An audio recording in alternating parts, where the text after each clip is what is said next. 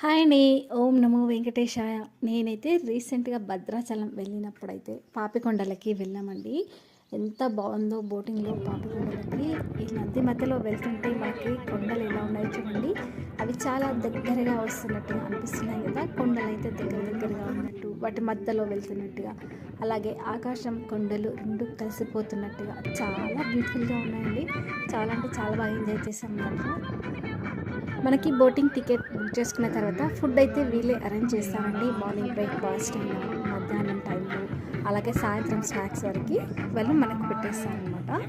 చూడండి, అందరూ పైనుంచి ఇలా క్లియర్గా కనపడుతుందని చెప్పేసి ఇలా చూసిస్తున్నారు. మనకి ఇలా పైనుండి చూస్తే వాటర్లో చాలా బాగా అనిపిస్తుంది కదా. చూడండి, దగ్గరికి వెళ్తున్నప్పుడు కొండలు ఎలా అనిపిస్తున్నాయో. ఈ బోటింగ్లో బోర్ రాకుండా మనకి వాళ్ళు ఎంటర్టైన్ చేసే వాళ్ళు కూడా ఉంటారండి. మనతో స్కిట్లు కూడా, డ్యాన్సెస్, అలాగే చిన్న పిల్లలతో సాంగ్స్ కానీ, వాళ్ళతో డ్యాన్స్ కానీ అలా ప్రిపేర్ చేపిస్తుంటారు. ప్రతి ఒక్కరితో వాళ్ళు ఏదో ఒకటి చేయిస్తారనమాట. ఖాళీగా కూర్చొనియకుండా, బోర్ రాకుండా, టైంపాస్ లాగా మనకి అన్నీ మనతో చేయిస్తారు. మనమైతే చాలా బాగా ఎంజాయ్ చేయొచ్చు అనమాట. అసలు బోర్ అనేది రాదు, ఫుల్గా ఎంటర్టైనింగ్గా ఉంటుంది. దూరం నుండి చూస్తుంటే కొండలు రెండు ఒకదాని దగ్గర ఒకటి ఉన్నాయి కదా, అలా ఉన్నట్టు అనిపిస్తున్నాయి కదా. కానీ దగ్గరికి వెళ్ళిన తర్వాత డిస్టెన్స్ అనేది పెరుగుతుంది కదా. చూడండి ఎంత క్లియర్గా, నీట్గా కనబడుతుంది కదా.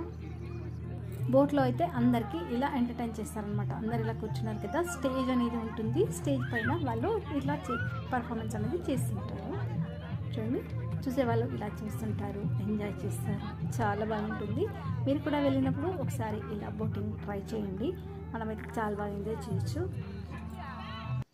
2022 వచ్చిన వరదలకి మొత్తం కూడా పోలవరం ప్రాజెక్ట్ వరదలకి కొట్టుకుపోయాయి. అలాగే ఆ వాగు మనకు ఒకటి కనిపిస్తుంది కదండి, విలేజ్ పక్కనే వాగు కాలువ కనిపిస్తుంది కదా. ఆ వాగు ఎక్కడి నుంచి వస్తుందంటే మారేడుమిల్లి ఘాటి కొండ ప్రాంతం నుంచి ఎన్నో చెట్లను, వేర్లను, వనమూలికలు తాగుతూ వస్తుందండి. ఎండు వాగులు, వంకలు అన్ని దాటుకొని వస్తుందండి వాగు. ఆ వాగు పేరండి పామిలేరు అనే వాగు. ఆ వాక్కి మా బోటు డ్రైవర్ గారికి ఎటువంటి సంబంధం లేదు.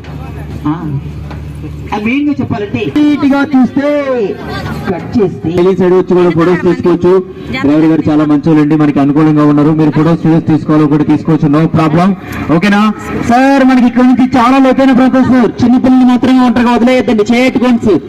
ఎంత లోతుంటుందంటే ఆన్ ది స్పాట్ లో ఈ పాపకొండల మధ్యలో బోట్స్ అయితే మధ్యలో ఒక దగ్గర ఆపారు. అదేంటి అనేది నెక్స్ట్ వీడియోలో చెప్తాను. Thank you for watching.